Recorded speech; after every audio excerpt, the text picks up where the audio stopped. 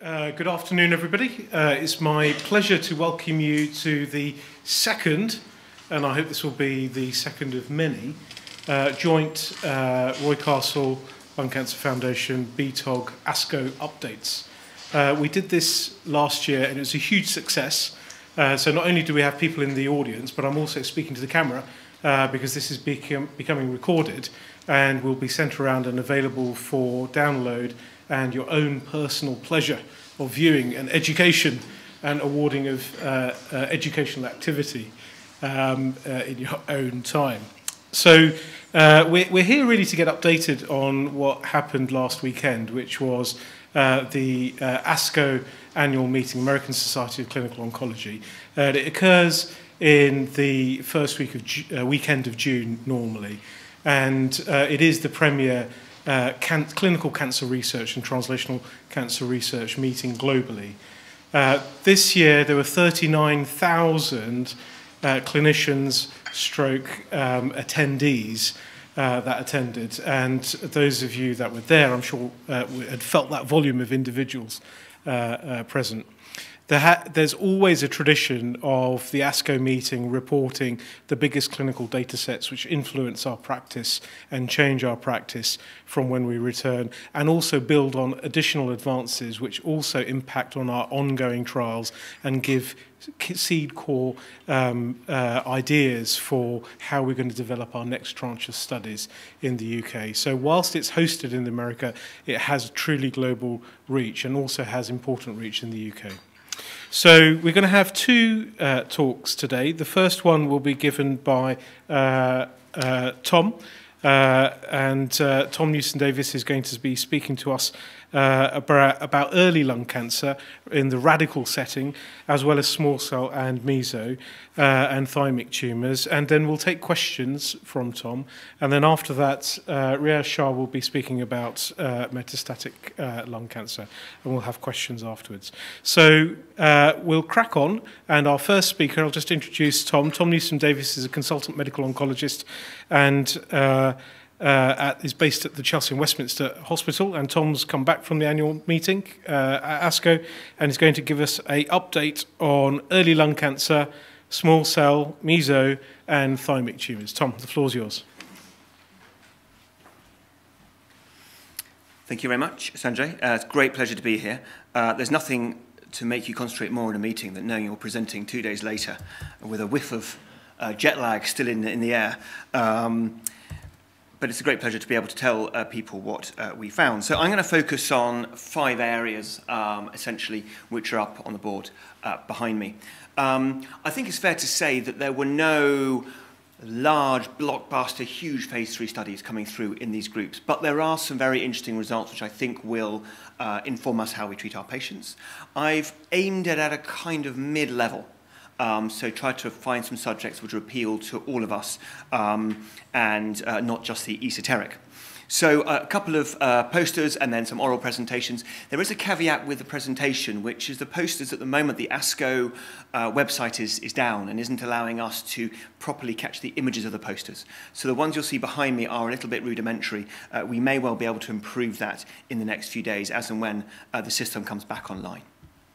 So I've got one abstract to talk about with locally advanced non-small cell lung cancer, and this is looking at giving consolidation pembrolizumab, which is an immunotherapy, an anti-PD-1 agent, following concurrent chemoradiotherapy for stage 3 lung cancer. Something I thought was interesting because it's something we've talked a lot about. We know that these immunotherapy drugs are extremely important in the management of lung cancer.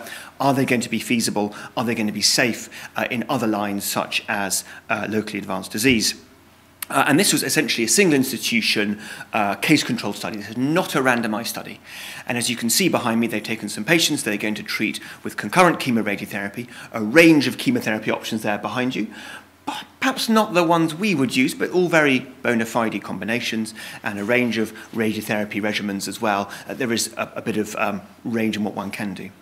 And essentially, if the patient responds, on the right-hand side you see there, they get pembrolizumab, which is given intravenously every 3 weeks for up to a year. And they're looking at the feasibility of this. And what they found, as you can see on the right-hand side, is that about 80% of patients got at least 4 cycles, which is kind of interesting because the aim was to give a year. This is not looking at outcomes, not looking at survival, particularly. It's looking at safety and feasibility. So 20% of patients could not complete 4 cycles, which is only about 12 weeks of treatment, 16 weeks of treatment. And the reason they couldn't was because the adverse events listed there, which is pneumonitis, pulmonary embolism, pneumothorax, recurrent colitis in 7, and then other causes listed below. So it's the pneumonitis that's really exciting us and which we need to focus about, because these drugs do have a potential to cause an inflammatory pneumonitis because the patients recently had high-dose radiation and you're giving them a drug which will be stimulating the immune system. And what they said was that 15% of patients had any form of pneumonitis, grade 2 or above, so significant pneumonitis. And they said only 6.5% of patients had grade 3 to 5 pneumonitis. And I thought it wasn't, I thought the only was probably a little bit misplaced there, because I think that's quite a significant amount. Grade 3 to 5 pneumonitis is significant pneumonitis. Grade 5 pneumonitis is fatal. Grade 4 is life-threatening. So their conclusion was, well, yes, maybe one can give pembrolizumab. We need to look at this further, do proper comparative studies, and it is feasible, but we need to be careful. My conclusion is we need to be very careful. Yes, this may be a way forward, but if we are going to be giving checkpoint inhibitors to patients who've had radical chemoradiotherapy, we need to be very cautious about how we do it, and pneumonitis is going to be an issue. So moving on to neuroendocrine tumours, an often neglected area. And I've just chosen 2 abstractions I thought would actually just help people's practice, because they're kind of common questions that often come up, and we often don't know the answers. One of them is about large cell neuroendocrine tumour. So large cell tumours generally are a somewhat neglected group in the corner. We tend to not focus on them very much. Large cell neuroendocrine tumours being a distinct group of them with neuroendocrine markers, and we kind of appreciate they're slightly distinct histological subtype. And the question was, is it worth giving these patients adjuvant chemotherapy after their cancer has been resected? And if so, should we treat them any differently to the other non-small cell lung cancers like adenocarcinoma, like squamous cell cancer? And on the left-hand side, which hasn't projected very well, this is the trouble with the slides at the moment, is the 2 groups of patients. So ONSCLC is other non-small cell lung cancer. That's the left-hand 2 figures. And on the right side is large cell neuroendocrine tumours. And what you can see, if you can look at the pictures, is that if you give adjuvant chemotherapy to patients with stage 1B, other non-small cell lung cancer, bottom left-hand corner, the survival improves. You have to trust me, that's what it says.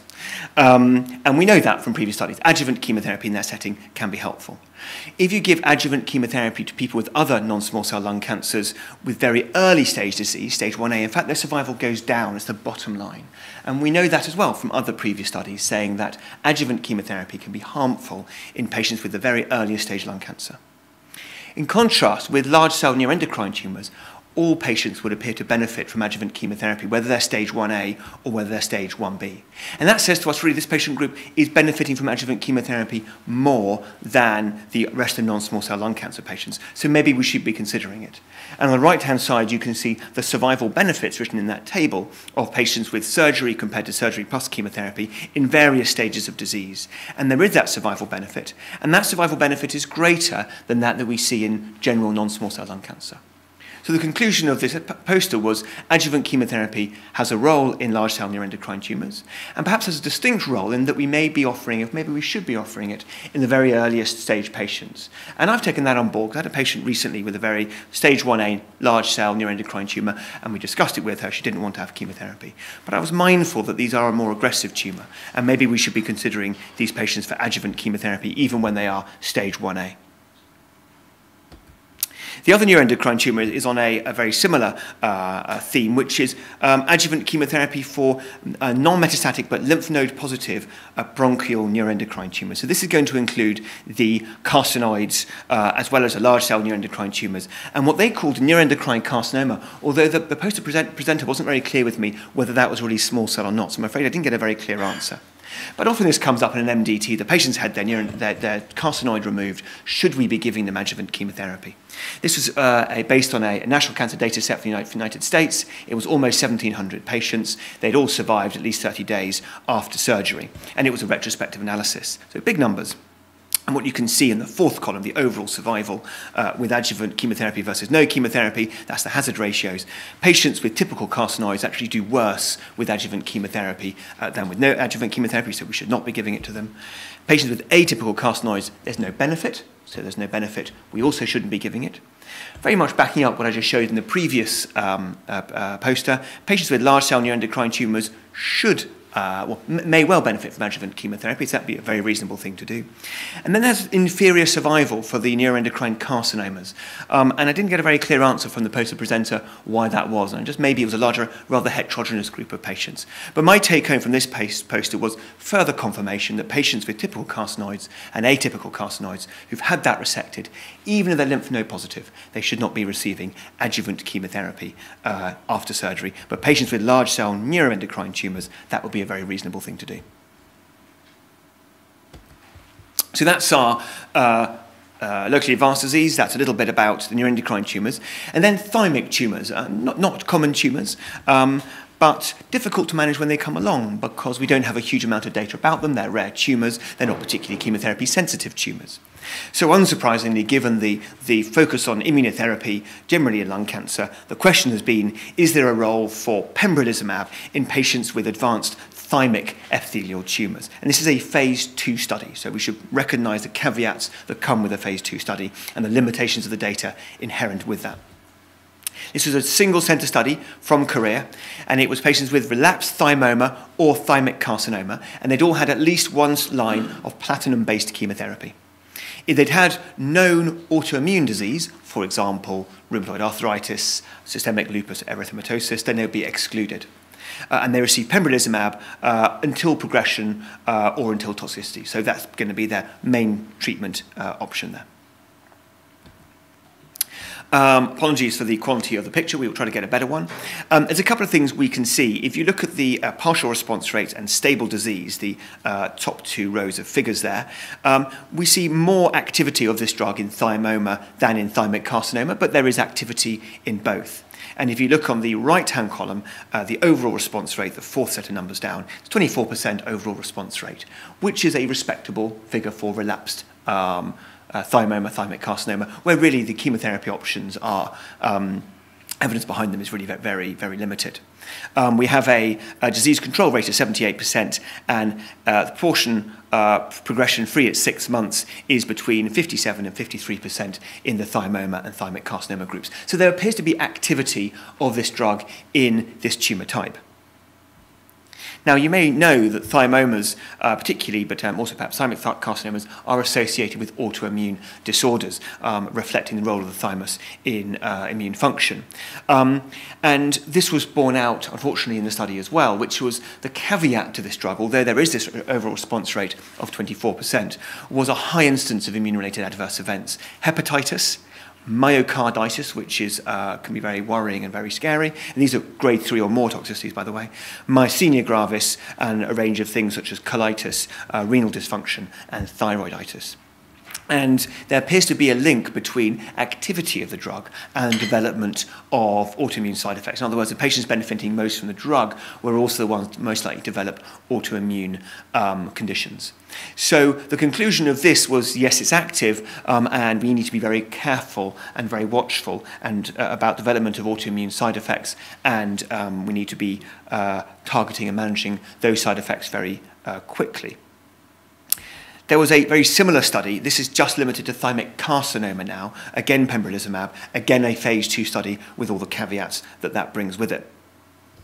And this was, again, with relapsed disease and was very similar in its treatment. Same treatment, pembrolizumab, for a finite treatment up to 2 years. Slightly more mature results, as you see. Study had recruited more patients and more results are available. But in terms of the patient group they're looking at, really very similar, except it's just limited to the thymic carcinoma patients.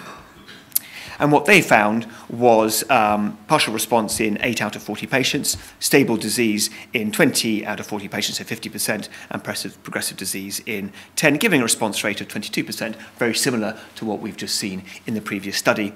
The median progression-free survival was 4 months, and the median survival was 2 years, which is impressive. This is, of course, a trials population, so we need to bear that in mind.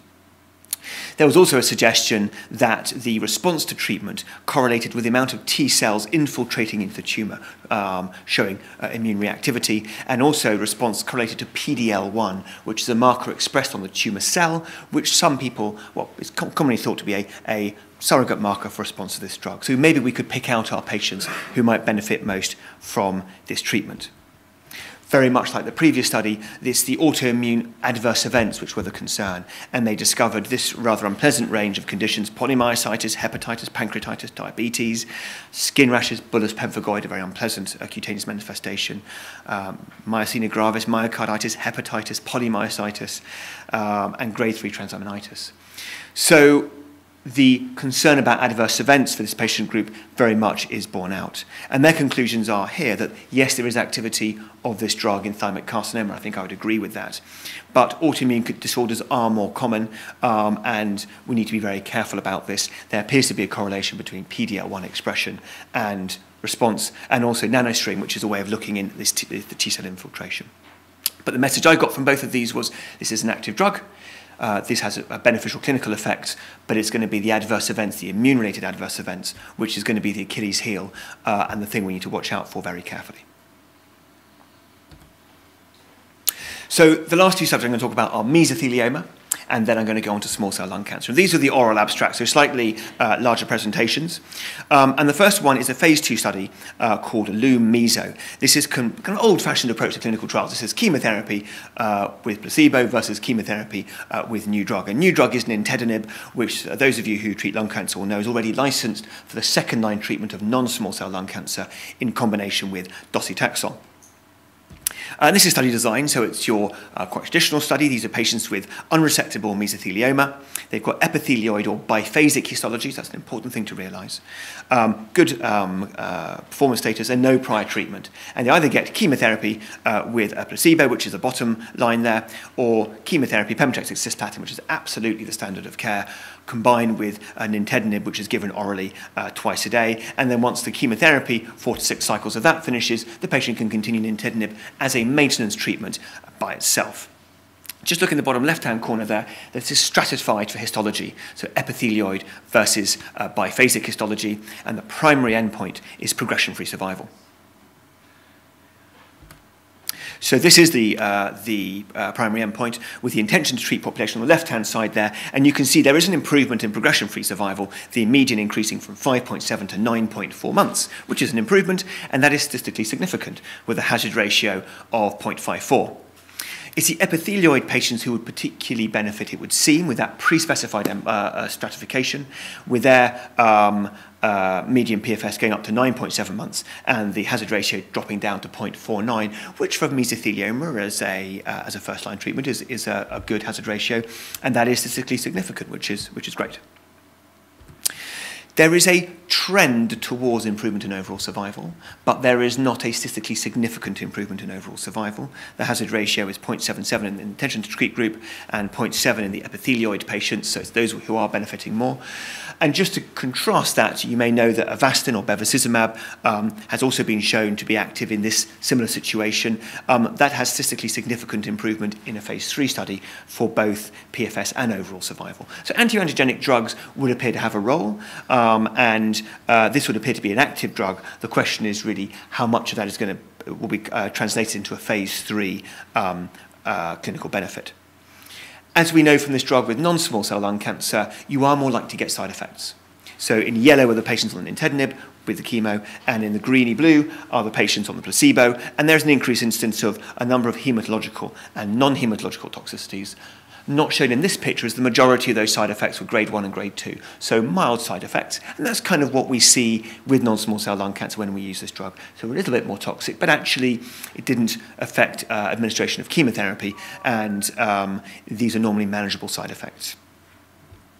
So this is going forward as a phase 3 study, currently open in the United Kingdom, MESO-LUM phase 3, and we should support putting patients into that study. And I think that anti-angiogenic drugs will have a future in mesothelioma, and it'd be very interesting to see if nintedanib might join the Avastin as being one of those borne out in phase 3. The other mesothelioma abstract was a late-breaking abstract. May sound very dramatic. It is very dramatic. This is the MAPS-2 study. And this is patients with relapsed mesothelioma, and they are being given either nivolumab, which is a checkpoint inhibitor, anti-PD-1, with or without ipilimumab, which is another checkpoint inhibitor which targets CTLA-4. And this is creating a lot of interest, this study. So, as you can see on the left-hand side there, they've all got mesothelioma, biopsy proven. They've all had at least one line of chemotherapy, platinum-based chemotherapy. Some have had 2 lines as well. They're good performance status.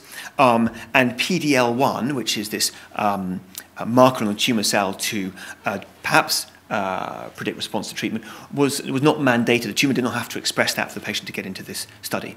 And as you can see, they either get nivolumab or they get nivolumab and ipilimumab, and that continues until disease progression. And the primary endpoint is disease control rate at 12 weeks. A study based in France. So this is the primary endpoint for disease control rate at 12 weeks.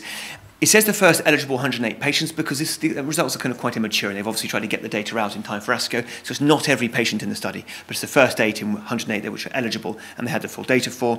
And you can see a response rate of between 18 and 25%, depending whether you're on the nivolumab or the combination arm, stable disease rate of 25% pretty much for both, giving a disease control rate of 44 or 50% in the single or double drug arm respectively, which for relapsed mesothelioma is a respectable number.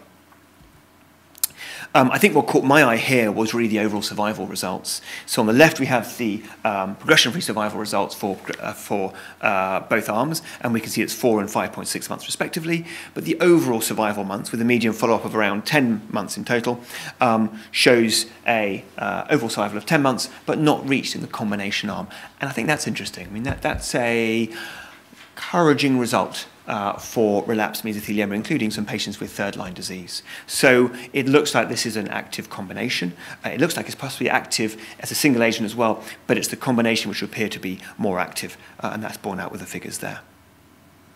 As ever, the concern is going to be adverse events. I found it a little bit difficult to follow the details of the adverse events in the presentation, actually. This was probably the most useful slide. So the combination arm is more toxic than the single agent arm. That's not a great surprise. 10% grade 3 to 4 toxicities in the nivolumab single agent arm, double that in the combination arm. And there were 2 treatment-associated deaths, including fulminant hepatitis and 1 encephalitis. So a more toxic drug, but also a more active drug. And so the question is going to be, what's the details of those adverse events, and is it going to be worth the clinical benefits of it? Note, these were during the first 6 infusions. This is really quite immature data, so we should not see those are the only adverse events. And we need longer follow-up, and we need more details. So their conclusion were these.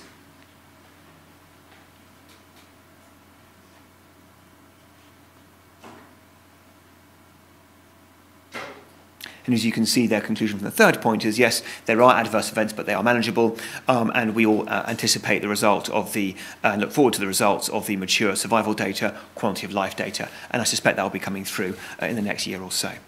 So I think immunotherapy would appear to have a role in the situation. The question is going to be, who do we give it to, and what are the clinical benefits, and what are the adverse events? So moving on to small cell lung cancer, last but not least, an area that has been very much left behind, unfortunately, over the past few years. We've had a lot of work on non-small cell lung cancer and EGFR mutations and ALK mutations, and now we've got immunotherapy for non-small cell lung cancer, and poor old small cell lung cancer sitting in the corner there, largely neglected. So Checkmate 32 has been eagerly anticipated, and this is looking again at the combination of nivolumab and ipilimumab, exactly the same combination I've just been showing you in meso, but this time with advanced small cell lung cancer. And Checkmate 32 starts off as a phase 1 study and can develop as expansion cohorts into a phase 2 study. So we have to be mindful of that. This is not a phase 3 study. This is not a large randomized blinded study. And so there are going to be some biases with the data, but there are still some interesting parts. These are patients with relapsed small cell lung cancer who've had at least 1 prior platinum-based treatment. They could have had more than 1. And they could have any PD-L1 expression. There's a non-randomized cohort on the left there. This is the phase 1 bit, and they either got nivolumab or they got combination nivolumab and ipilimumab, but it was non-randomized. Then they expanded that cohort, and there was a randomized cohort, which were randomized to exactly the same treatments. And when the gentleman went through the data in the presentation, it got a little bit mixed up, and it can be quite difficult to distinguish the two. So we need to be a little bit mindful that we don't infer too much from non-randomized parts of the results. What bits can we take home? Well, I think we can take home probably the left-hand part of the left-hand graph there. That's the randomized cohort, and that's looking at progression-free survival. At 3 months. And you can see the progression-free survival at 3 months is 18% in the nivolumab arm and 30% in the nivolumab ipilimumab arm. So a more active combination. Those figures seem to be borne out in the non-randomized cohort, but it is non-randomized. Overall survival, no real difference, but 3-month overall survival really is too early, I think, to be looking at that and inferring any meaningful results. So it looks like the combination is perhaps more active than the single-agent drug. This is the overall survival from the non-randomized part. So again, we need to be mindful it's non-randomized. And it looks encouraging. This is in relapsed small cell lung cancer, 1-year survival, overall survival of 27% for nivolumab by itself and 40% for combination. This is a trials population. We need to bear that in mind as well. But I think there is activity. I think there's activity of these, and it would just be very interesting to know what's this going to be like in a more controlled study as opposed to a non-randomized study. Can we make any inferences who's going to benefit more? Perhaps. You can see on the bottom there, they're looking at response rates in platinum-sensitive and platinum-resistant disease. And under nivolumab and ipilimumab column, you'll see the response rate is 26% for platinum-sensitive and 15% for platinum-resistant, suggesting maybe, as is always the case, it's platinum-sensitive patients who are doing a little bit better. It also suggests that perhaps there's better response rate for patients third line and beyond. Small numbers, who knows whether that's a really meaningful result or not. So I think trying to work out which particular patient group is going to be a challenge going forwards. Side effects. The side effects are the kind of ones we'd now expect from this combination. So nivolumab, pretty well tolerated, not that many grade 3 or 4 adverse events, and only 2% of patients having treatment-related adverse events leading to discontinuation in the grade 3 or 4 arm. More adverse events in the combination arm, particularly cutaneous, endocrine, hepatic and GI side effects. It's going to be the immune-related adverse events as well. There were 5 treatment-related deaths, but the number of patients involved in the study is quite large. It's just under 400. So 5 treatment-related deaths, including things like myasthenia, pneumonitis, encephalitis, very important to recognise, but I don't think the numbers are excessively high.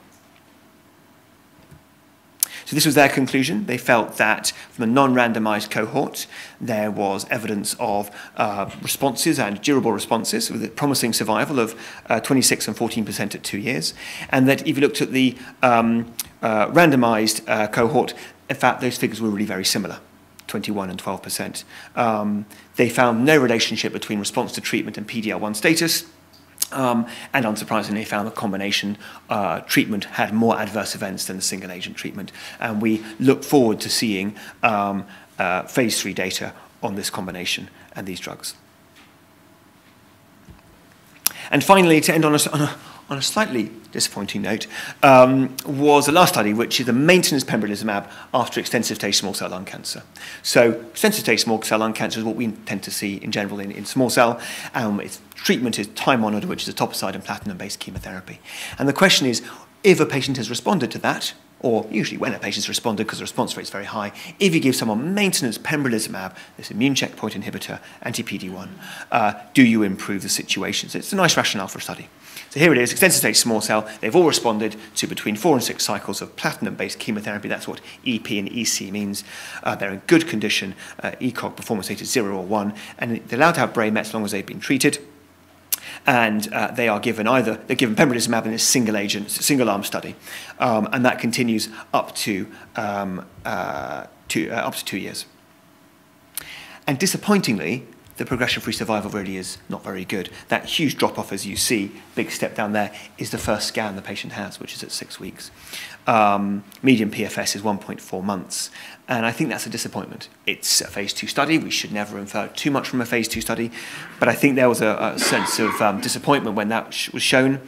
And overall survival for this well patient group, PS0 and 1 and relapse setting, certainly doesn't look too amazing. There isn't a particular tail on this curve, I don't particularly think. A lot of sense of data towards the end there.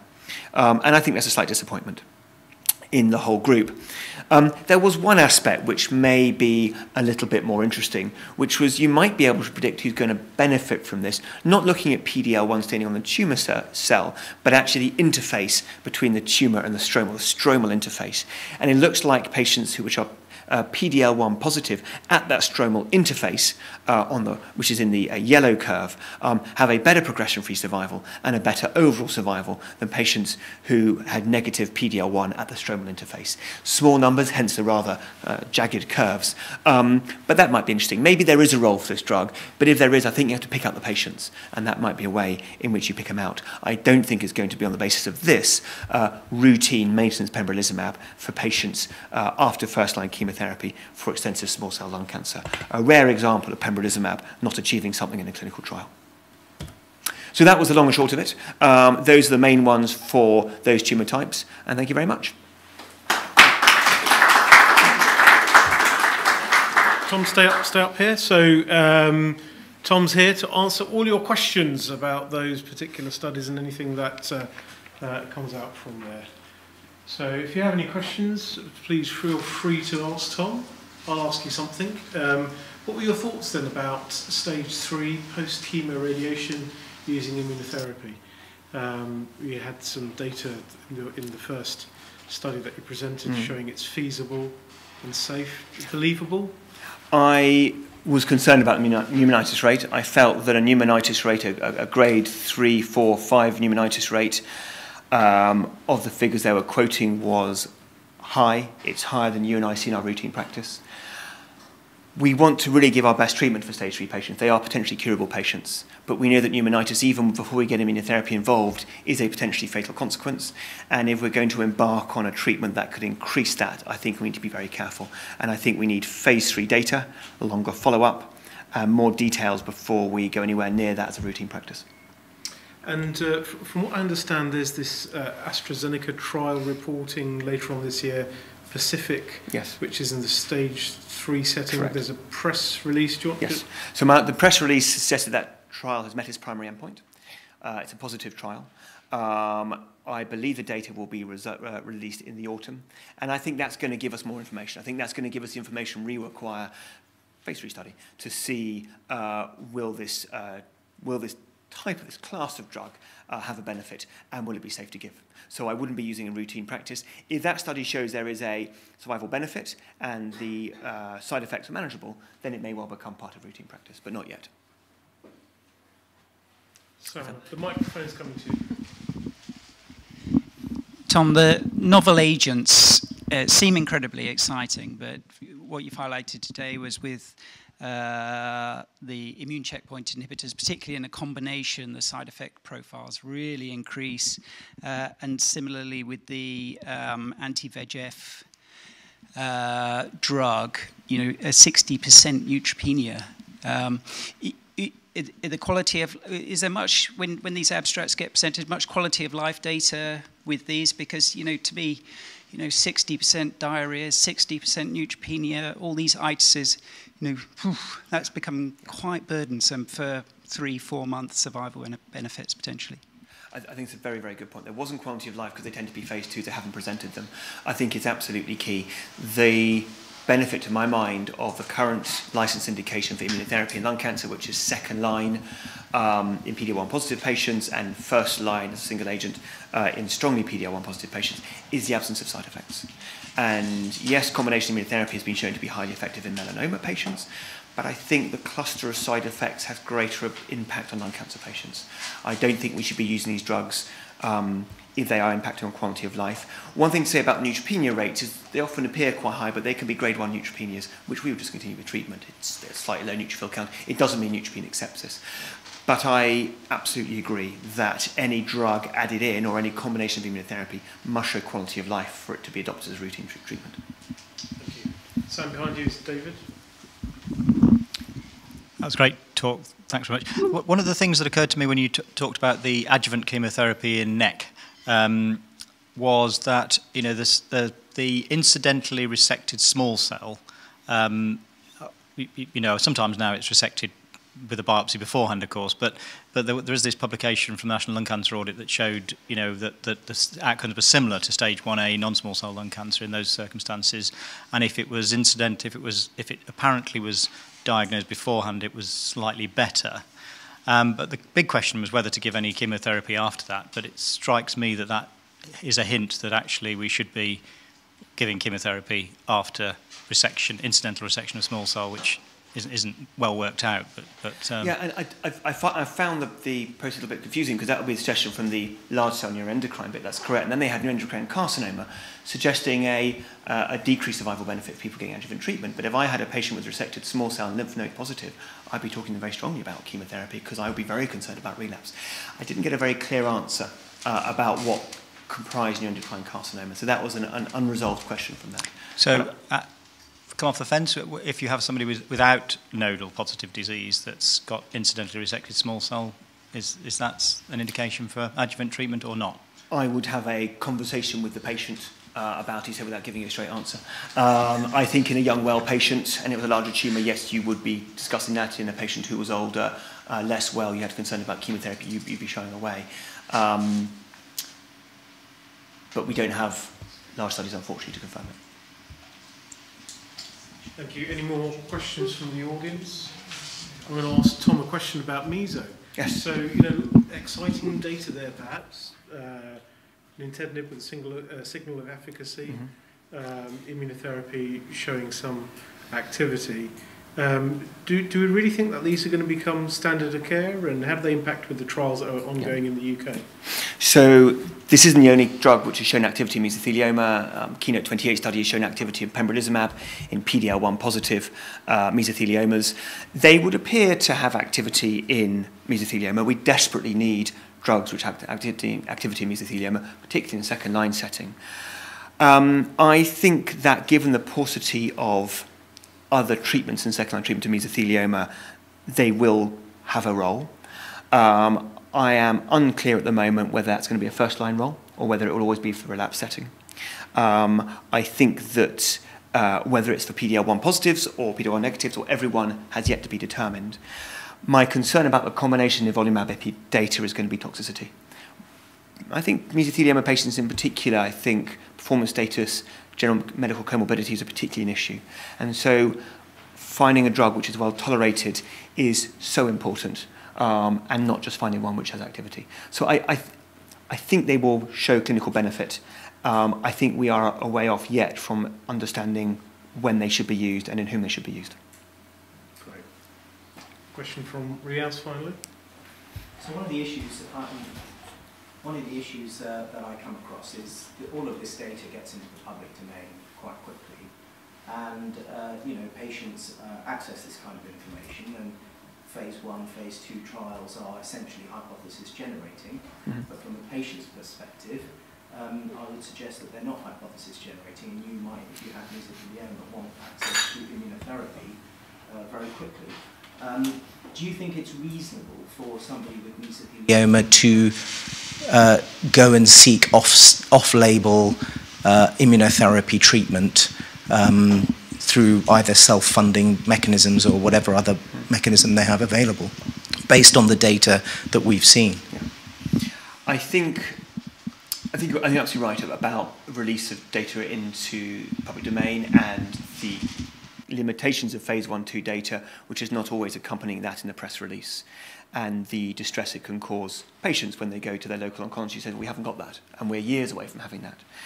There is an evidence base to support the use of checkpoint inhibitors in the treatment of relapsed mesothelioma. There is evidence of its benefit, but also clear evidence of the limitations of its benefit. I think if the patient is exploring second-line treatments, and I believe that's where it would, or later, would have its role. I don't think its role at the moment is in the first line outside of a clinical study. I think if there was discussion about second-line treatment options, and I think if the patient was informed about what was routinely available, what was available in clinical trial, and they knew what was available by, for example, self-funding immunotherapy, it would be an option, so long as they were aware of the caveats of the data, and that it remained an unlicensed drug. And I think that conversation would remain the case until the drugs, even when they get licensed. But we have so few other options that it's a somewhat unique situation. Great, thank you. Any further comments or questions? No, thank you. I'd like to thank Tom for your excellent presentation. Thank you. The only thing I wanted just to point out is that many of these trials that you pointed out, Tom, do reflect on our trials portfolio that we have in the UK. So I think in terms of mesothelioma, there's a lot going on nationally. In immunotherapy, the CONFIRM study is open in a number of centres nationally, which is looking at patients with relapsed mesothelioma, randomising between nivolumab and placebo to give us some of those additional data. And the PROMISE meso is coming online shortly in the second-line setting, randomising between pembrolizumab and standard chemotherapy in that setting. I think there are a number of centres in the front-line setting who've got Checkmate 743 open, which is first-line cisplatin pemetrexed versus nivolumab and ipilimumab testing in a randomised setting. So there's quite a bit going on in the meso setting. And there is the current ongoing relapse small cell study, which is randomising between 2 immunotherapy arms and standard topo or amrubicin chemotherapy. So much of these preliminary phase 2 data are really exciting because in the UK we're contributing to that in the phase 3 effort, which I think is fantastic.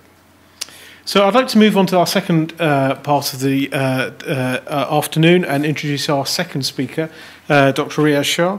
Riaz is a medical oncologist at the Kent Cancer Centre in Maidstone. Is going to update us all on the latest advances in the metastatic non-small cell lung cancer setting. Riaz. Thank you very much, Sanjay. Thank you for this opportunity to speak. I've been tasked with giving an update on what was presented at ASCO in terms of advanced non-small cell lung cancer. So advanced non-small cell lung cancer, this slide is just there to make the point that actually it's not one disease, is it? It's a whole multitude of different diseases that have different treatment paradigms. And when you're tasked with giving a talk, it's very difficult to give a talk that seamlessly runs because it's all a bit of a knight's move thinking where you have to move from one disease to the other. So that's exactly what's going to happen here, I'm afraid. And I'm going to start with immunotherapy. So this is an old slide from last year that Philippe Tanier showed at a meeting I was at, given the Birmingham experience, so the biggest PD-L1 testing lab in the UK, their experience, about 26% of patients were expressing high levels of PD-L1 greater than 50%. So an indication of the sort of proportion of patients that potentially could access first-line IO. So one of the oral presentations was an update by Julie Bramer, who's one of the lead authors in the KEYNOTE-24 trial. So this is that pivotal landmark study of first-line immunotherapy versus first-line chemotherapy in people that have a PD-L1 score of greater than 50% using the pembrolizumab antibody. Now, this particular presentation did concentrate on second-line and subsequent therapies, and they were looking at the PFS2 aspects of that, which I don't think are particularly relevant to what I want to discuss. Just to go through this study, this was first-line, untreated, non-small cell patients, PD-L1 positive fit, and they didn't have activating mutations in EGFR or ALK translocations. There were no untreated brain mets. Patients were randomized 1-to-1 to either first-line pembrolizumab or a platinum doublet. And rather nicely for the patients, if you were randomized to the chemotherapy arm, you could cross over and receive pembrolizumab upon progression. The primary endpoint was PFS. What I wanted to show you was this, which is the overall survival curve updated with the latest figures. And what you can see very clearly is a distinct difference between chemotherapy and immunotherapy. And at the 18-month mark, your chances of being alive are just over 40% if you're given chemo, and over 60% if you're given first-line immunotherapy. Now, the key thing in this study was they were talking very much about subsequent therapies, and there was a very, very high rate of crossover. So over 60% of the patients who were given chemotherapy in this trial went on and got immunotherapy as their second treatment. And that's a really, really important thing to digest in this current climate in the UK, where now, for the last few weeks, we suddenly have access to immunotherapy, because what this slide tells you is the line at which you access immunotherapy is absolutely critical. If you access immunotherapy as a subsequent line treatment, you're not going to get the same benefit as if you access it in the first line setting. So that's really, really important, because it means we need to totally focus in on that and make sure that we're detecting these patients and offering the fit patients access to immunotherapy over chemotherapy. So getting good histology and getting a good PD-L1 result up front before you see your oncologist is really critical if you want optimal care. So the conclusions of this presentation are essentially that the pembrolizumab is continuing to show a really good overall survival benefit. You see the curves separate early on and just stay separate right the way through. There's a high crossover rate, and despite that, the separation is maintained. And essentially, this is the standard of care. So, I have an old slide about the challenges of IO that I use when I sometimes talk about it, and I talk about, rebiopsy. If you don't get PD-L1 on your first biopsy, your EBUS or whatever it is, what do? Do you just get on and treat the patients, or do you stop and say, no, we're going to rebiopsy the patient? And I would suggest, based on this data, we need to be rebiopsying patients. One of the challenges is about this concept of hyperprogression, that some patients' cancers seem to accelerate when exposed to immunotherapy. There wasn't really much on that I saw at this ASCO. There is some data to suggest the lower PS patients or low levels of PD-L1 may predispose you to this concept, but we're not entirely sure. There was a little bit of information about pseudo-progression, this concept that a cancer can grow, but in fact, on a scan, but in fact the patient may benefit. And there was a presentation of a subgroup analysis from the OAK trial, which is a second-line study of atezolizumab, where they looked at the patients that progressed by RECIST criteria. In that particular trial, patients were allowed at the investigator's discretion to continue that immunotherapy agent if they wanted. And what they showed in this subgroup presentation was that there was about a 7% response rate to patients who stopped IO at a RECIST point but then carried on. So there are some patients that do start responding even though they may have a RECIST progression endpoint. Now, we all know about immunotherapy. We're starting to learn a lot about the challenges of toxicity management and having to stay awake when we look at the blood results and look very carefully at the liver function and the kidney function and make sure everything's good. We're starting to learn about stopping rules, but there's a bit of controversy around that, and there's a lot emerging about acquired resistance. So many of these things are being actively looked at and are huge unanswered questions when it comes to IO. This is a slide of the poster presentations at ASCO, and it just wanted to make the point that the level of interest in thoracic oncology now is beyond what I've seen in my whole career, and I've been attending ASCO for 13 years now. There's huge interest. Just getting close to the posters is a challenge now. And some more immunotherapy data from some of the posters that I found interesting. I found this very interesting. So pembrolizumab in all the trials is dosed at a dose of 2 milligrams per kilogram. In that first-line Keynote 24 trial, it was dosed at a flat dose of 200 milligrams per patient. Now, all the trials of pembrolizumab now are switching over to flat dosing. Now, you'd have to weigh 100 kilos to get 200 milligrams of pembrolizumab at 2 mg per kg. And the average weight, apparently, of an American, I was told, was 83 kilograms. I found that hard to believe, but that is apparently the fact. And the average weight of a lung cancer patient diagnosed in the US is about 77 kilograms. So the key author here, Goldstein, did a little calculation where he looked at the economic impact of first-line immunotherapy, the total number of patients in the US eligible for first-line pembrolizumab, and looked at what their weights were going to be and what would happen if we gave them immunotherapy at 2 mg per kg or 200 milligrams per kilogram. And effectively, it equates to an $0.8 billion saving per annum, $800 million. It's extraordinary.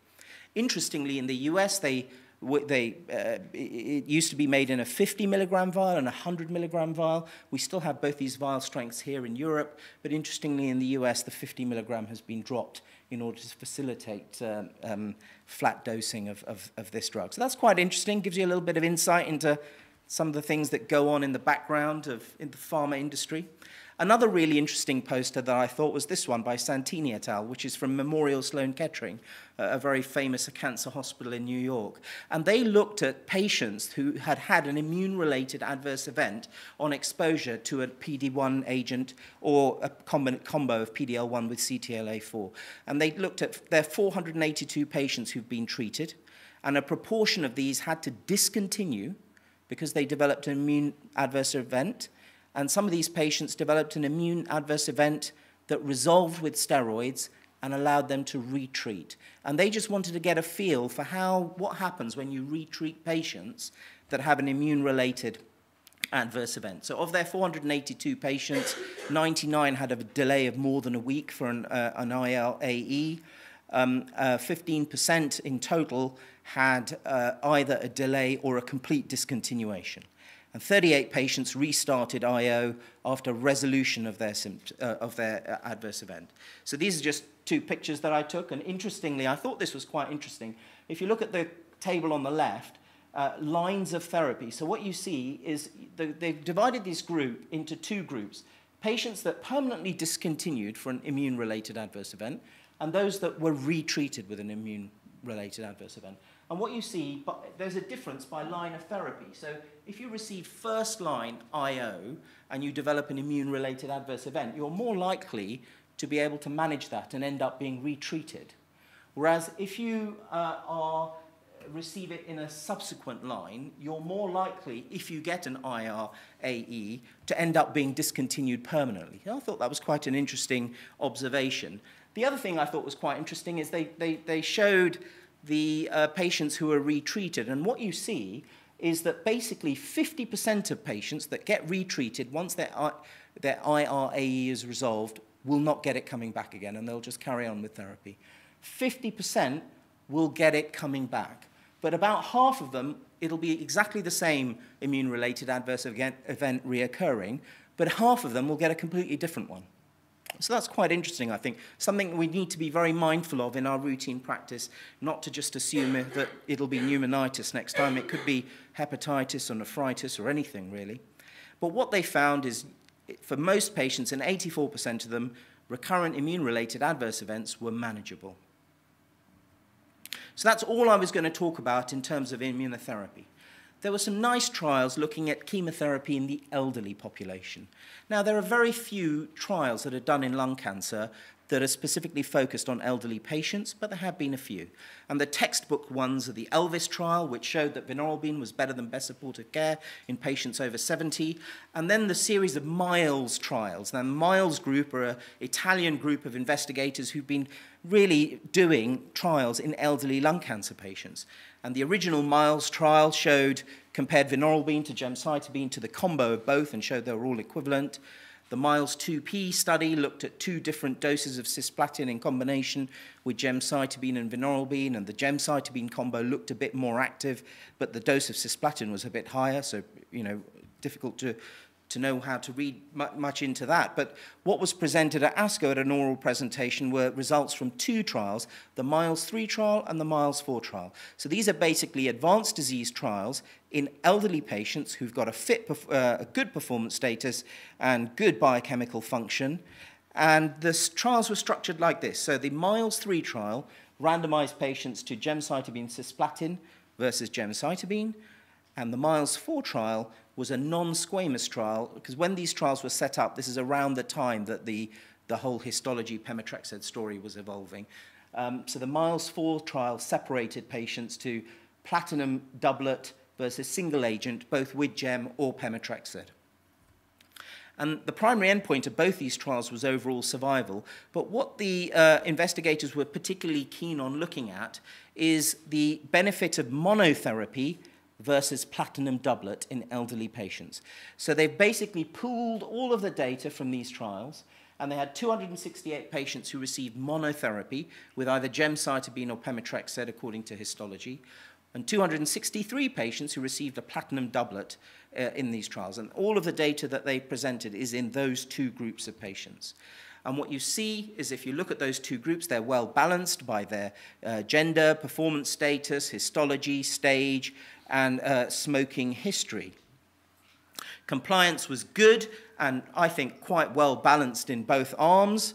The response rate was slightly higher in the platinum doublet arm. So the response rate was 8.5% for monotherapy, 15.5% for platinum doublet, tantalizingly suggesting that platinum doublet was going to be the better thing, and I was on the edge of my seat until this slide was shown, which is the overall survival. And what you see is, although there might be a slight suggestion that the platinum doublet is superior to monotherapy, actually the curves are not very impressive as you follow them down. The hazard ratio is 0.86, the confidence interval crosses 1, it's not statistically significant, and essentially this is suggesting that in the elderly subgroup, cisplatin, and when I say platinum doublet, I specifically mean cisplatin because that was the only platinum used in these trials, cisplatin doesn't benefit elderly patients.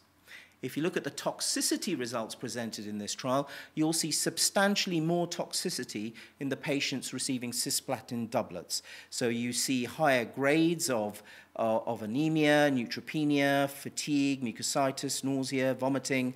Fever was the one thing that seemed to be worse in the monotherapy arm. Again, here we have some transaminitis that was a bit more common in the monotherapy arm, but again, more thrombocytopenia, more myelosuppression for the platinum doublet. And they concluded that although there was some improvement in PFS and response rate for the addition of cisplatin to single-agent chemotherapy, it did not prolong the survival of elderly patients, but did cost, and also came with a cost of severe hematological toxicity, fatigue, and anorexia. So that's quite interesting elderly trial. Now I'm going to do another Knight's move and talk about two other studies. So this is a slightly complicated French study of maintenance chemotherapy. So what we have is advanced disease lung cancer patients who don't have an oncogene-addicted cancer. They're fit.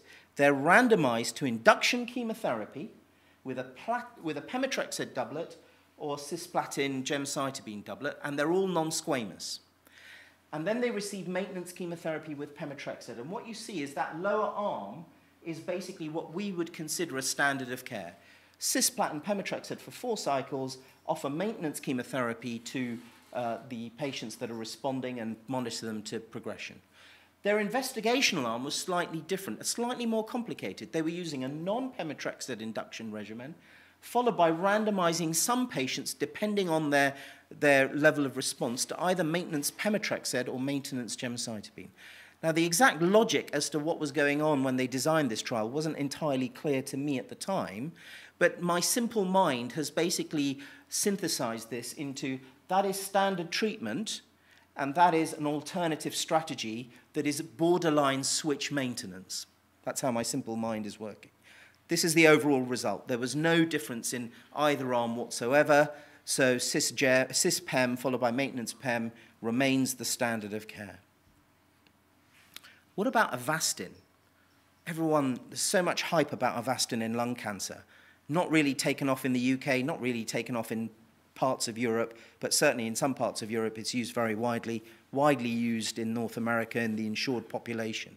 So this is a study looking at whether Avastin adds anything subsequent to first line.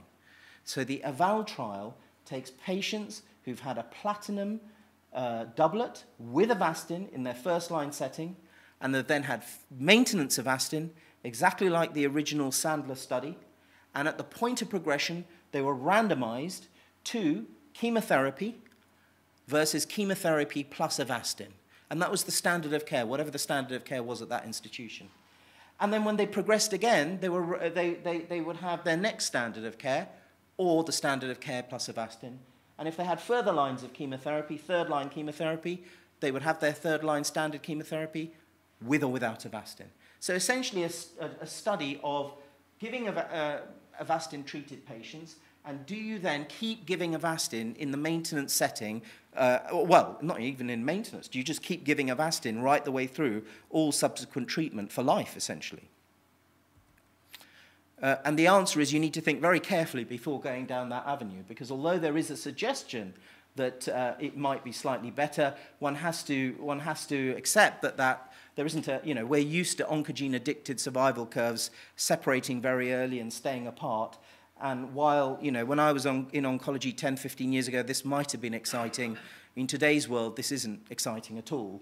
The hazard ratio is 0.84. The confidence interval touches 1, isn't statistically significant, so it doesn't appear that that would be a sensible strategy. So I'm now going to talk about EGFR mutated cancer, so we're going to completely switch again and talk about a different disease altogether. So I want to talk about the ARCHER trial. Now, we have got licensed gefitinib, erlotinib, afatinib. Afatinib is a second-generation inhibitor, a wider pan-EGFR inhibitory pattern, and also it's irreversible. Erlotinib and gefitinib are reversible inhibitors.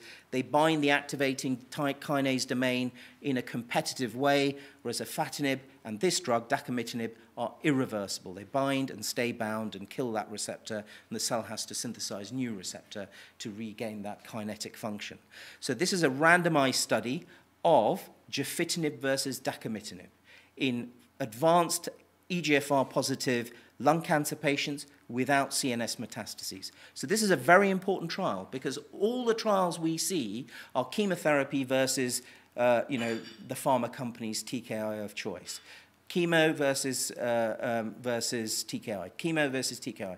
We've got 2,500, 3,000 patients randomized in about 8 or 9 chemo versus TKI trials, and there have been very, very few head-to-head comparisons.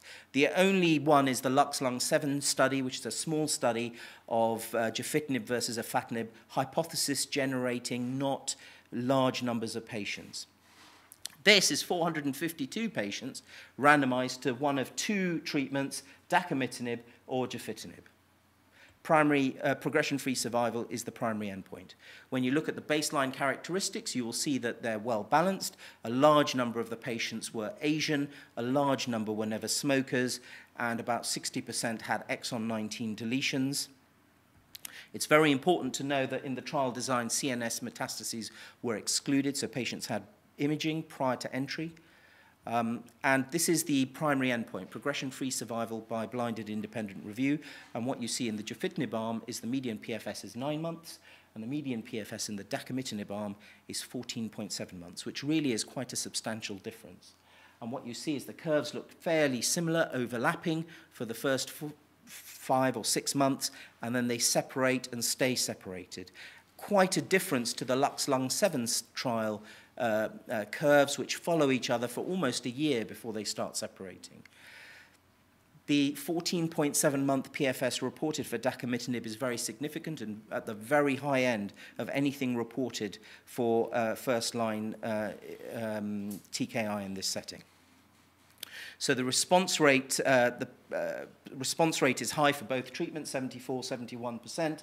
But the duration of response is longer and deeper with dacomitinib compared to gefitinib. Adverse events are important. What you see consistently is gefitinib is generally a very well-tolerated drug, and the data presented here just bears out everything we've seen about gefitinib. In terms of dacomitinib, there are toxicities with this drug, significant rates of diarrhea, paronychia, EGFR toxicity. So this is a strong EGFR inhibitor, but it does come in different doses. You can go down to 30 a day, then a second reduction to 15 milligrams a day. And with a strategy of dose reduction somewhat akin to afatinib, you can maintain the majority of patients on the drug. So the conclusions of the ARCHER study are that it's the first randomized phase 3 study to compare a second-generation to first-generation TKI for this group of patients, and dacomitinib was superior both in terms of PFS and duration of response. Toxicity was higher, but manageable. So potentially this is a new standard of care, the only issue being that we've got osimertinib hot on the heels. So we're moving past second-generation EGFR inhibitors into third-generation EGFR inhibitors. We now have a lot of data about osimertinib in the relapse setting in T790M positive lung cancer, but the key thing is the FLORA trial, which is comparing first generation to third generation to osimertinib, is about to stop. I think it stopped accruing. The database is about to be locked, and the trial is going to be presented at ESMO or World Lung later this year. So imminently, while you may argue that dacomitinib is the standard of care, it is likely that before this drug even gets licensed and marketed, that there will be a new standard of care on the market for this disease. So lastly, I'm going to just move now and talk about a different disease, ALK-translocated lung cancers. We all know the data for crizotinib, first-line crizotinib, standard of care, median progression-free survival compared to chemotherapy, if you have an ALK translocation, is 10.9 months. We've got a whole bunch of next-generation ALK inhibitors that are being developed. And last year, the J-ALEX, or Japanese ALEX trial, was presented, which is looking at a particular next-generation ALK inhibitor called alectinib and comparing it to crizotinib in Japanese patients. And we were all very excited when we saw this data at ASCO last year, because you can clearly see that the alectinib seems far more superior to crizotinib. What was presented at this ASCO is the ALEX trial, which is the same trial, alectinib versus crizotinib in ALK-translocated lung cancer patients in the as their first-line treatment, but in a Western population of patients. Primary endpoint was progression-free survival. Crossover wasn't allowed. Patients were PS 0 to 2. Asymptomatic brain mets were allowed, 303 patients, well balanced for age, gender, sex, PS, smoking history, and histology. We know in ALK-positive patients that a large number of these patients have brain mets. And in fact, brain met management is the critical thing in keeping these people alive. And we know from both these trials that about 40% of patients in both arms had brain metastases. This is the primary endpoint, and what you see is that the median PFS for crizotinib is 11.1 months, compares very favorably to the 10.9 months in the original trial, so we know that that crizotinib arm is behaving exactly as we would expect. But if you look at the alectinib arm, the median hasn't been reached. It's a far better drug. Hazard ratio 0.47, highly statistically significant. That was investigator assessed, same story for independent radiology review. The subgroups are showing benefit for alectinib over crizotinib, and all subgroups, critically important, whether you have or don't have brain metastases, the degree of benefit is the same.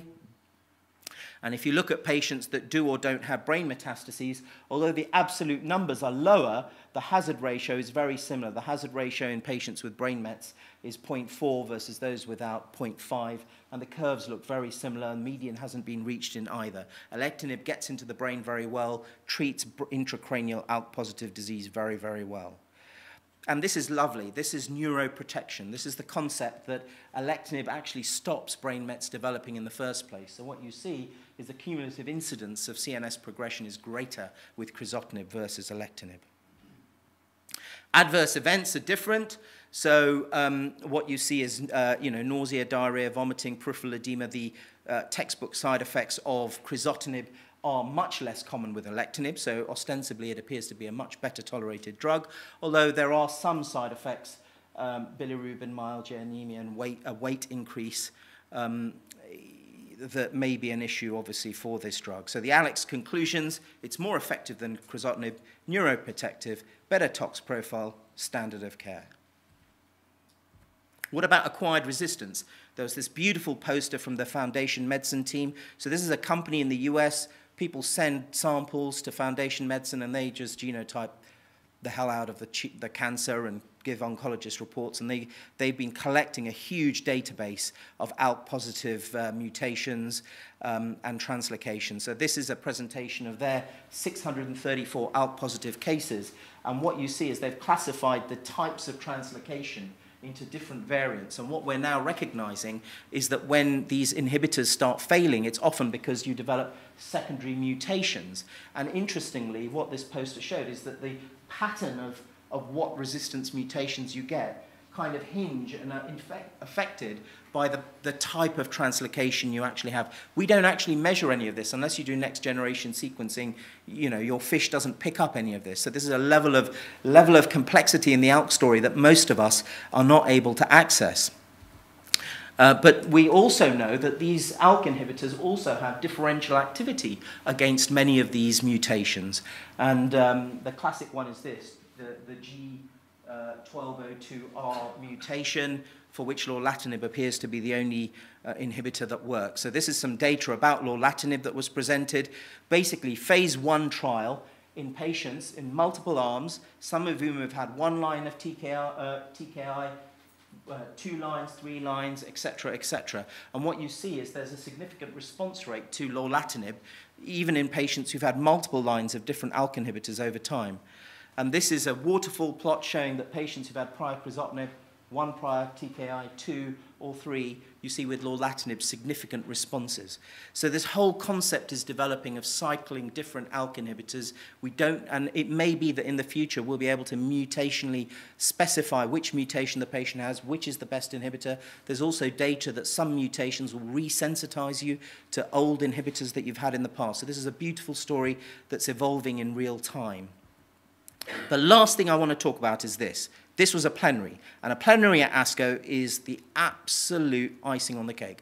This is considered by the ASCO committee to be one of the most important bits of data presented at that meeting.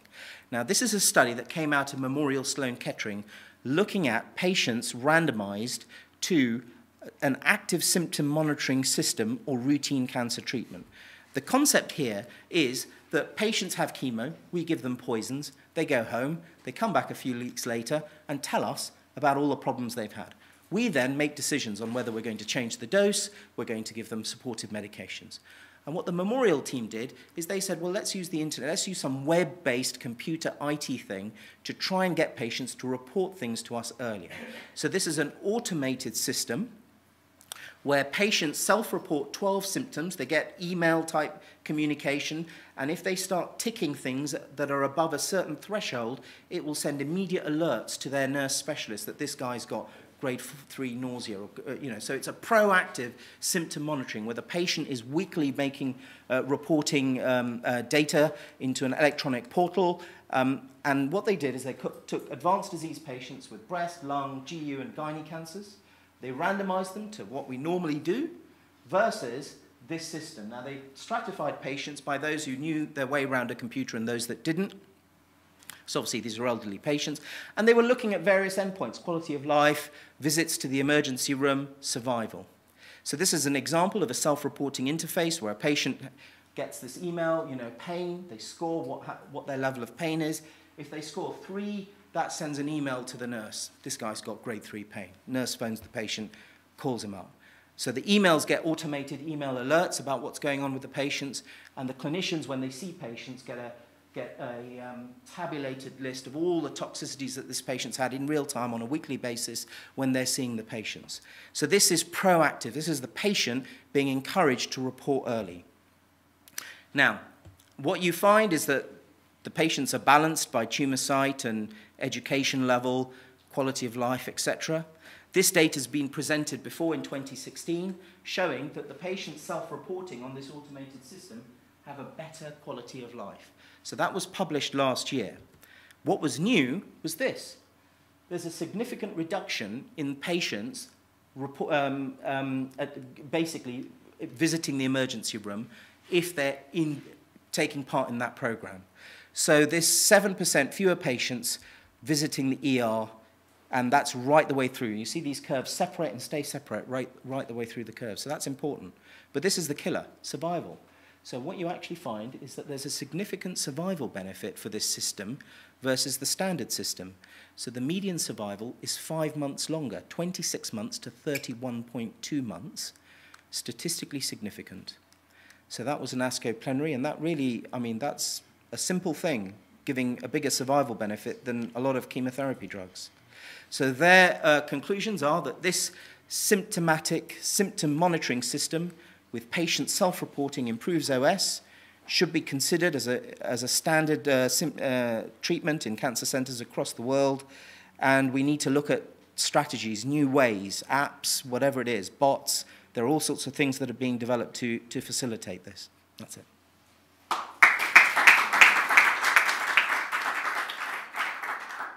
Riaz, thank you for that excellent summary. There's clearly a lot happening. Questions from the floor? Tom. Riaz, the Archer trial was based in Asian patients, predominant memory. Do you think the results are applicable to a Caucasian population? Well, so, a non-Asian population? That's an interesting question. My take on all the ethnicity stuff that I've seen is that the rates of incidence of mutations varies by country, but the absolute benefits that patients get are the same. I've never seen any data that shows me that an EGFR mutated Asian patient is different to an EGFR mutated Caucasian patient, really. So, you know, it's like the J-ALEX trial. I think the J-ALEX data mirrors the ALEX data. You know, they too are quite... So there may well be, I mean, the absolute numbers may be different, but I suspect the hazard ratio wouldn't be much different. Question at the back, first of all. Thanks, Jackie. It was interesting that you said that that last slide was the killer slide. It was more the saver slide, wasn't it? In the sense that you showed a better survival benefit from what we were saying, sitting next to our palliative care specialist here, that is essentially an element of supportive care. So it's another bit of evidence for supportive care in good, you know, proper BSC, because we always call it, I always think BSC is just 3 letters. It doesn't actually mean best supportive care at all when you've seen the sort of stuff that Andrew delivers. So I think there's been a meta-analysis recently showing that only 2 studies have shown a survival advantage with early specialist palliative care, and overall the conclusion was there probably wasn't anything. I just think that maybe that is a signal. We need to explore it more, and this type of intervention needs to be explored further. It makes a difference.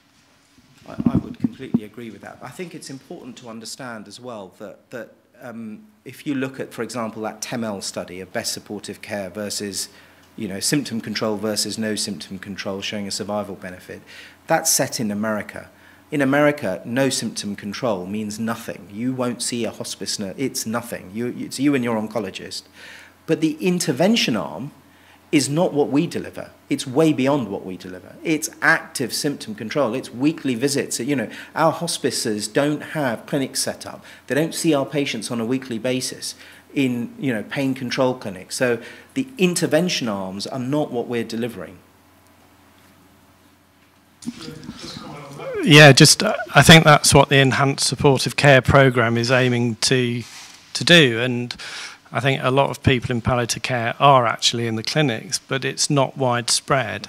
But I think what this says to me is that systematic, proactive assessment of people's symptoms and intervening sooner rather than later. I mean, going back years, they found a correlation between severity of pain and survival. So again, it'd be really interesting to unpick what it is that's making the difference here. It's fascinating, and just two questions. One relates to the last study, the plenary study that you showed. I mean, what do you think, leading on from what Andrew said, a sort of state-of-the-art or a sort of top-level AOS service can provide compared to the intervention arm in that trial? So AOS is really set up to manage people that come into hospital, isn't it, really? No, well, it depends on what your AOS service is, actually, because different hospitals have different AOS services. And certainly in our institution, it's not so much that, it's actually the proactive people phoning in a phone line and being phoned back. And so that standard arm includes that. So that's what's if you go to Memorial Sloan Kettering, you'll get what you'll get at Addenbrooke's. You get your chemotherapy, you'll get an emergency hotline, you'll have a nurse sit down and tell you, for goodness sakes, ring if you're ill, if you've got a temperature. It's what we normally do. Okay. But the point is, patients don't do it. We know that they don't. They get sick. We see them 2 weeks later, and yeah. Well, so that was really my question. So you're saying that a good AOS service in the UK would be equivalent to Memorial Sloan Kettering standard arm?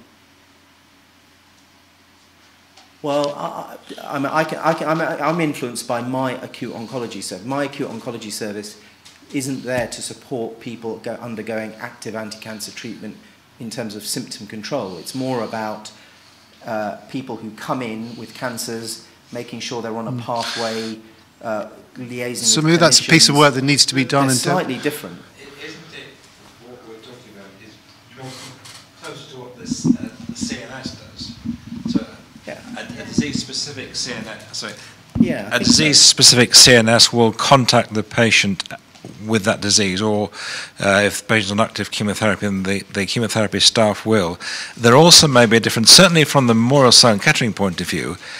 Not every MSK patient lives on Manhattan Island. Exactly. They're a long way away, and the services that they will access when the temperature goes up will be nowhere near Memorial. So I think that's a really important point. I mean, this is coming out of an ivory tower. It's very tantalising, and how applicable it is to the UK is up for debate. But I mean, I'd quite like to, there are lots of, I haven't gone into it, but the latter part of that presentation was talking about their system. This is an old system. This trial has been running for years. Nowadays, there's a whole different level of technology. It's about bots. It's about having apps on computers or emails that contact the patient and say, hey, I know you got Folfox 3 days ago. How are you feeling? Have you had diarrhea? Have you had sickness? Have you had this? Have you had that? Yes, no, yes, no, yes, no. And it automatically manages patients. So there are computer programs that are being designed to manage patients remotely without you being involved. And at thresholds, it will send and contact clinicians or nurses. So the whole technology about how we're going to support patients on treatment is changing and developing rapidly. Do you think that data was reflective of UK practice, or do you think the UK needs to trial a similar intervention? Well, I think, I think there's a lot of scope for the UK to do more UK studies, and we've put a huge focus on commercial studies. And I sat there in the ASCO orals noting the IFCT huge maintenance. Yeah, that's not an industry trial. That's the French sitting down around a table, getting some industry funding for a trial and doing a bit like BTOG2. It's we need to. Our health service is very unique and different to the US health service. So I would always caution extrapolating things like that are service influenced and assuming that that's going to work here without replicating the study. If you're a scientist working in a lab, you'd replicate something before you just assumed it to be correct, even if it was published in Nature. So, And my second was much more mundane, and it relates to the Archer study, was going back to the Luxlum 7, exon 21 mutations, was there any difference? I think that there is a slight favour for deletion 19. I haven't put the forest plot on this because just of time. I'd have to look at that too. I was only sat in the room 2 days ago. So I'll just pick you up on that study. So we now know that dapitinib is superior definitively to gefitinib. Yep. Afatinib shows superiority potentially to gefitinib in a phase 2b design. CTONG study showed that gefitinib is equivalent to erlotinib in a randomized trial. So is there a role for gefitinib in the UK anymore? Should gefitinib be prescribed anymore? I mean, personally, I use it very, very sparingly. But then, I'm very conscious that prescribing habits are influenced by your personal experience, what your unit does, on the age of your patients, your perception of how frail your patients are. I think there are still patients in whom gefitinib is a good option because it is exceedingly well tolerated. I do have concerns about the amount of transaminitis it causes, and I do come regularly across, I give it to frail people who I don't think are ready for afatinib, and a significant number come off or have struggles with toxicity management because it's only made in one dose. So I veer away from it, but I do use it for selected patients. Any further comments? Sam? Thanks. A different question, Riaz. Probably just I missed it on the slide or are unsure. The Keynote 24. I'm kind of used to now the medical oncology trials of stratifying non-small into adeno or squamous, but I couldn't see whether that was or whether it was a whole. No, so the Keynote 24 first-line IO is regardless of the histology, so squamous or non-squamous. From what I've seen, the rate of PD-L1 positivity in the high group is about the same. So it doesn't really matter what your histology is. About a quarter of patients will be greater than 50%. And they're candidates if they're fit. Yeah.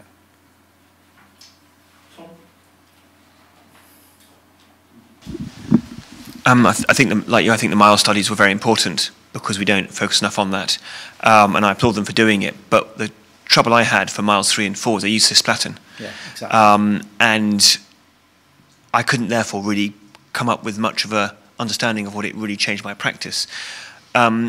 Do you think we can conclude that platinums generally should not be given because they're no benefit, or would you continue to use carboplatin, for example, in your patients over 70? So I think that there are two things that slightly overlap: PS2 and elderly. And there are trials that have looked at PS2 patients and compared platinum carbo doublet with single agent, showing very clearly that the platinum doublet is better.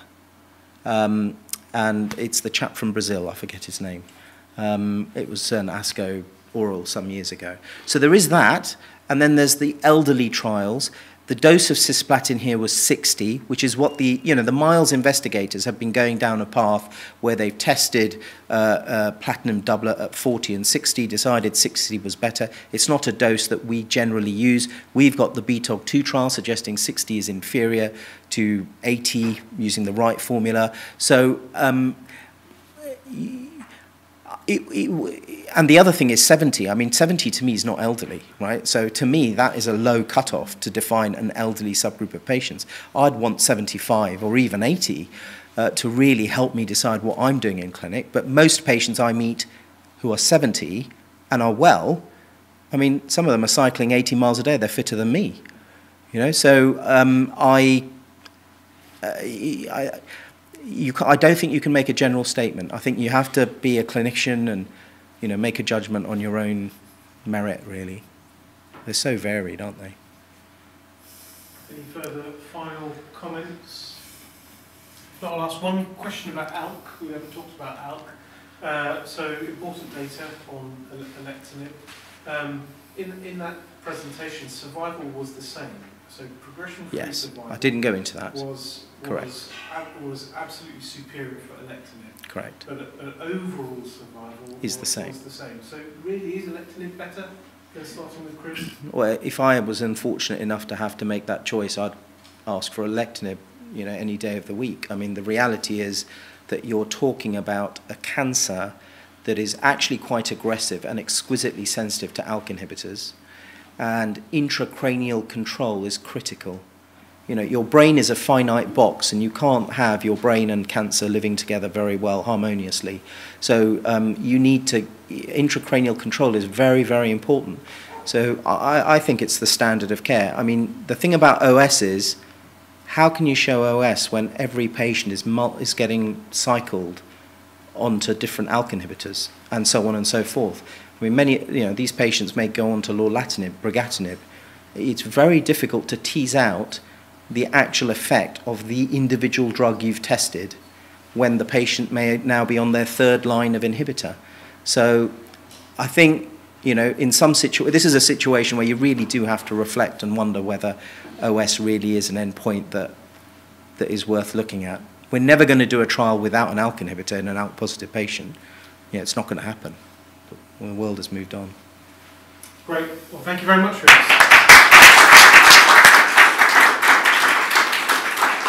So I'd like to close this excellent afternoon session by thanking our two excellent speakers, not only for taking notes and attending the sessions at ASCO and so eloquently in the 2 days or so that you've had to get back from Chicago, putting together these presentations and summarising them so eloquently for us and the web audience that we have here today. So thank you very much. In my capacity as chair of the steering committee for BTOC, I'd very much like to thank the Roy Castle Lung Cancer Foundation for continuing to host this excellent collaboration, which I feel works excellently for not only for us as the professionals in this room, but also for our patients and all our colleagues online as well. So I'd like to thank all of you for attending, and we'll close here. And I'll just like to invite all of you who are attending to the 2018 BTOG annual meeting last week of January in Dublin. And whilst you're thinking about booking your flights, start planning your abstracts over the summer holiday, because the deadline will be soon on your return, end of September, beginning of October. Thank you.